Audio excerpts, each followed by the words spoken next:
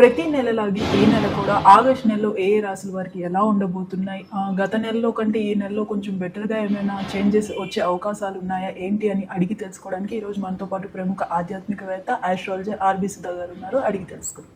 నమస్తే. నమస్కారం అమ్మ. ఎలా ఉన్నారు మేడం? ఫైన్ మేడం, ఈ ఆగస్ట్ నెలలో అయినా సరే ఏ ఏ రాశుల వారికి ఎలా ఉండబోతుంది అంటారు? రాశి ఫలితాలు మాట్లాడుకునే ముందు ఎప్పుడులాగే మనం గోచారం మాట్లాడుకోవాలి. సో గ్రహస్థితి ఎలా ఉందో ఫస్ట్ ఆగస్ట్లో చూద్దాము.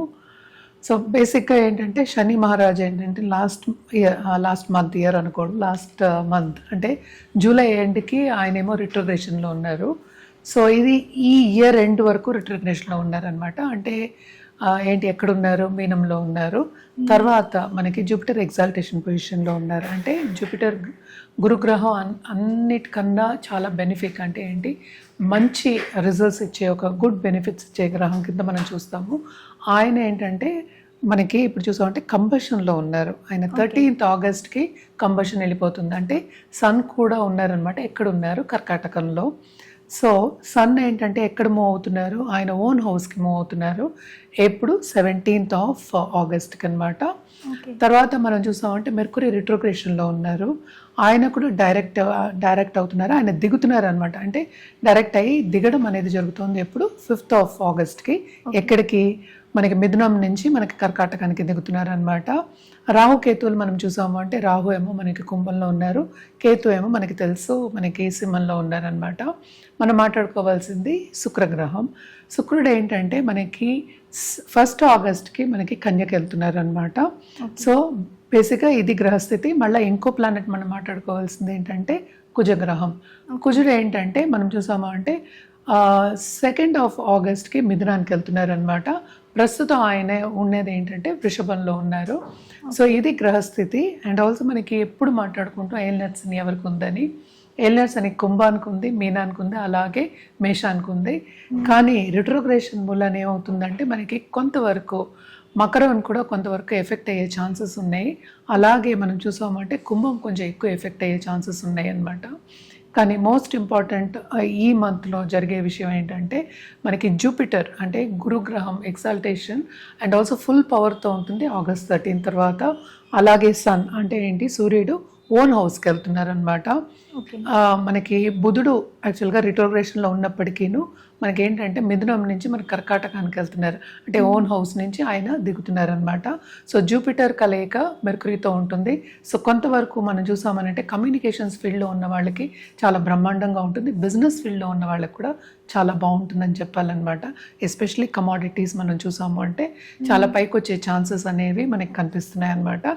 ఇది ఈ నెల గ్రహస్థితి. మనం ఇప్పుడు రాశి ఫలితాలు మనం మాట్లాడుకుందాం. 12 రాశులు అంటే 12 రాశులు. సో జనరల్గా మన పరిహారాలు ఎప్పుడు మాట్లాడుకుంటూ ఉంటాము.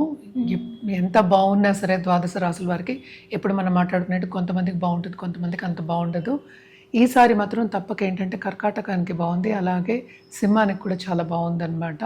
అండ్ ఆల్సో ధనురాశి వాళ్ళకి బాగుంది, అండ్ ఆల్సో వృశ్చిక రాశి వాళ్ళకి బాగుంది. అలాగే మనకి ఏలినాట్స్ అని ఉంది కనుక మనం ఎక్కువ కుంభం అలాగే ఏంటంటే మనం మేషం కానీ మనం మీనం కానీ చెప్పుకోవట్లేదు. అలాగే మనం చూసామంటే వృషభ రాశి వాళ్ళకి కూడా చాలా బ్రహ్మాండంగా ఉంటుందన్నమాట. ఇది జనరల్ ప్రెడిక్షన్స్. ఎంత బాగున్నా సరే పరిహారాలు చేయడం అనేది మానేయకూడదు. మనం ఎప్పటికైనా సరే మనం పాజిటివ్గా ఉండాలని మనం ఎప్పుడు చెప్పుకుంటూ ఉంటాం. సో పాజిటివ్గా ఉండడానికి చిన్న చిన్న పూజలు మనం చెప్పేది ఏంటంటే వాళ్ళు చేయగలిగింది మనం చెప్తున్నాం. ఎందుకంటే అందరూ ఈ కాలంలో ఒడిదుడుకులు అంటే ఏంటి తొందరగా పనులకు వెళ్ళాలి, పనులు చేసుకోవాలి అనే ఒక ధ్యాస మీదే ఉంటారు. ఎక్కువ టైం స్పెండ్ చేయలేకపోతారు ఆధ్యాత్మికంగా అనమాట. సో లేవగానే ఏంటంటే కొంతవరకు లక్ష్మీదేవిని తలుచుకోవడం, అలాగే రాహుకేతు పూజలు చేయడం కానీ, రాహుకేతు పూజలు కూడా సండే చేసుకోవచ్చు. అలాగే ఏంటంటే హోమాల్లో పాల్గొనడం కానీ, లేకపోతే లక్ష్మీ గణపతి హోమాల్లో పాల్గొనడం కానీ కంటిన్యూస్గా చేయడం అనేది మంచిది.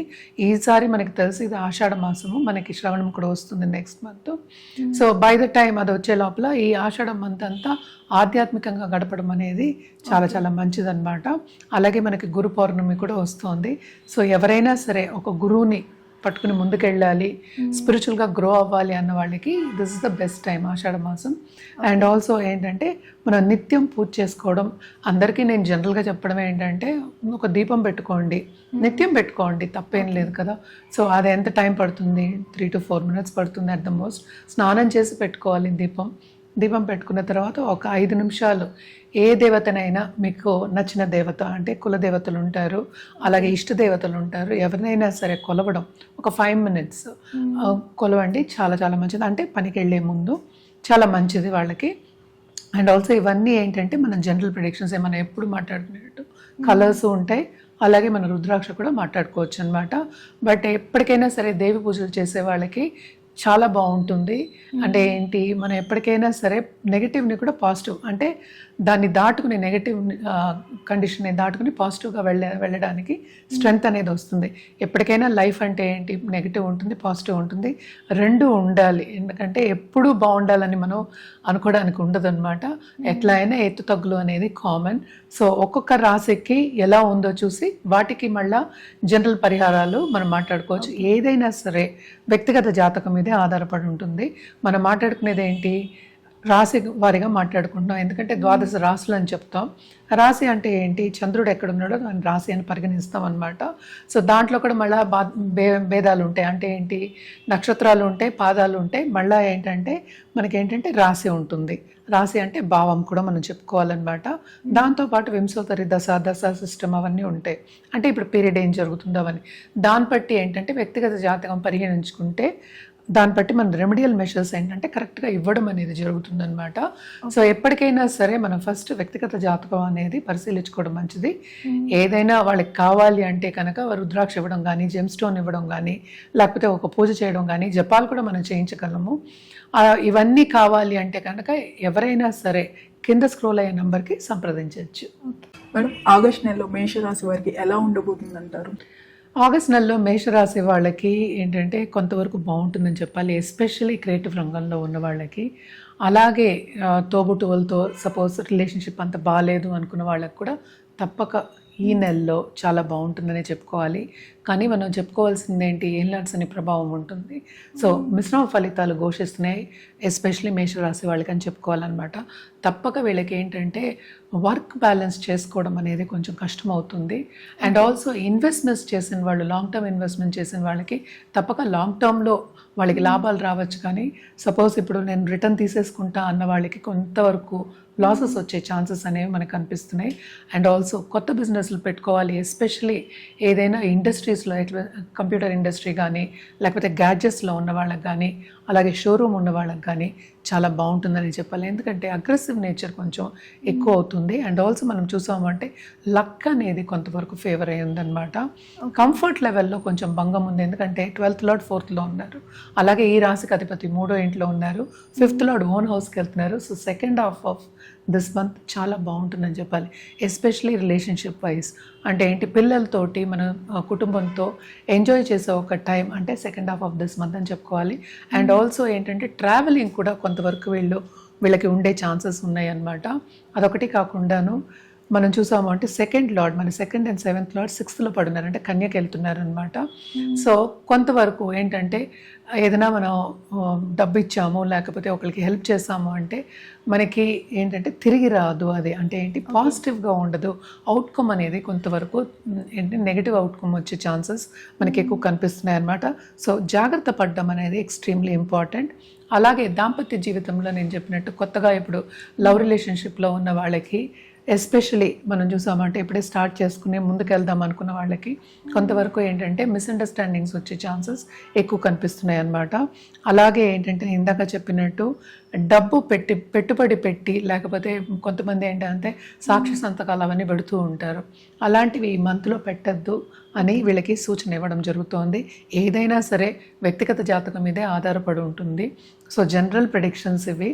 అండ్ ఆల్సో మనం చూసాము అంటే కనుక తప్పక బిజినెస్ పీపుల్కి డబ్బు వచ్చే ఛాన్సెస్, కొత్త బిజినెసెస్ వచ్చే ఛాన్సెస్, అలాగే ఇన్వెస్ట్మెంట్ చేసే ఛాన్సెస్ ఎలా అయినా మైనస్ మనం చెప్తున్నాం.